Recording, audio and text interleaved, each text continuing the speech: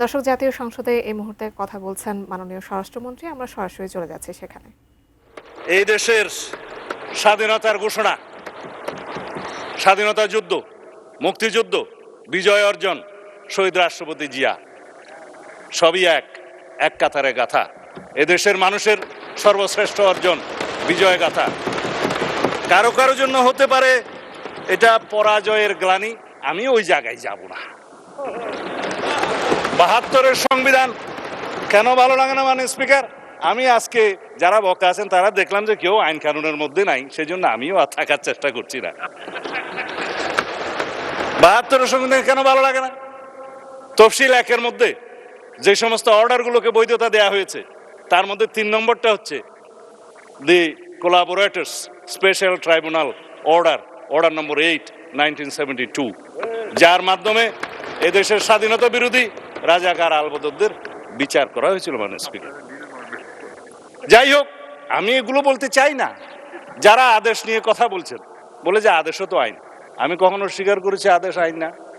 সেই আদেশও তো আইন, বললাম তো এই আদেশও আইন।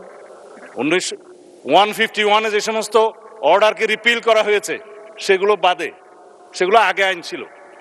তারপরে যেগুলো কন্টেইন করা হয়েছে তফসিল ১-এ, সেগুলোর সিরিয়াল বাই বললাম প্রায় ২৭টার মতো আছে। ৩ নম্বরের কথা তো বললামই।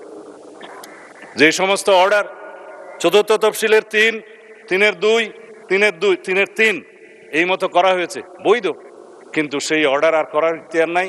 ৭ই এপ্রিল ১৯৭৩-এর পরে জাতীয় সংসদের প্রথম বৈঠকের পরে তবে অ্যামেন্ডমেন্ট করার সুযোগ দেওয়া হয়েছিল ২ বছর, যাতে সংবিধানের সাথে সামঞ্জস্যপূর্ণ করা যায়।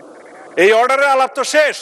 সেই বক্তৃতা গতবারে দেওয়ার পরে আমি মনে করেছিলাম জাতির সামনে পরিষ্কার, বিরোধী দলীয় নেতৃবৃন্দের কাছে পরিষ্কার হবে যে এই লেজিসলেটিভ ফ্রড, যেটা কালারেবল অর্ডার, সেটা নিয়ে আর কোনোদিন কোনো বিতর্ক হবে না।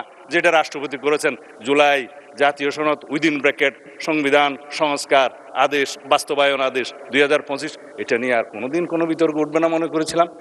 আজকে আমি কনসেন্ট্রেশন দিতে চেয়েছিলাম অনলি জুলাই জাতীয় সনদ, যেটা ঐতিহাসিকভাবে স্বাক্ষরিত হয়েছে, সেটা কিভাবে বাস্তবায়ন করা যায় তার পদ্ধতি নির্ধারণ করি, চলুন সেই বিষয়ে আমরা আলোচনা করি। প্রস্তাব দিয়েছিলাম যে সংবিধান সংশোধন সংক্রান্ত একটা বিশেষ কমিটি, সংসদীয় কমিটি গঠন করা হোক, সবাইকে নিয়ে যারা এখানে রিপ্রেজেন্ট করছে জাতীয় সংসদে এবং স্বতন্ত্র সদস্য সহ। সেই বিষয়ে তারা মনোযোগ দিলেই পারতেন। আজকে অবশ্য মাননীয় বিরোধী দলীয় নেতার আমি মনোযোগ দিয়েই শুনেছি ওনার কথা। তাতে উনি বলেছেন সরকারি দল বিরোধী দল মিলেমিশে এক কাজ করব, রাস্তা খুঁজে বের করুন সংবিধান সংশোধন এবং আইন প্রণয়নের জন্য। ওয়েলকাম জানাই, স্বাগতম। জুলাই জাতীয় সনদ বাস্তবায়ন চায় তারা প্রত্যেকে বলেছেন। অর্ডারের কথা নিয়ে বলে যে গণভোট অর্ডার, এটার কি হবে সেটাও আলোচনা করব আমরা, যদি সংবিধান সংশোধনী কমিটি বিশেষ কমিটি গঠন করা হয় সেখানে। চলুন এখানে মিলেমিশে আমরা আলোচনা করে বের করি।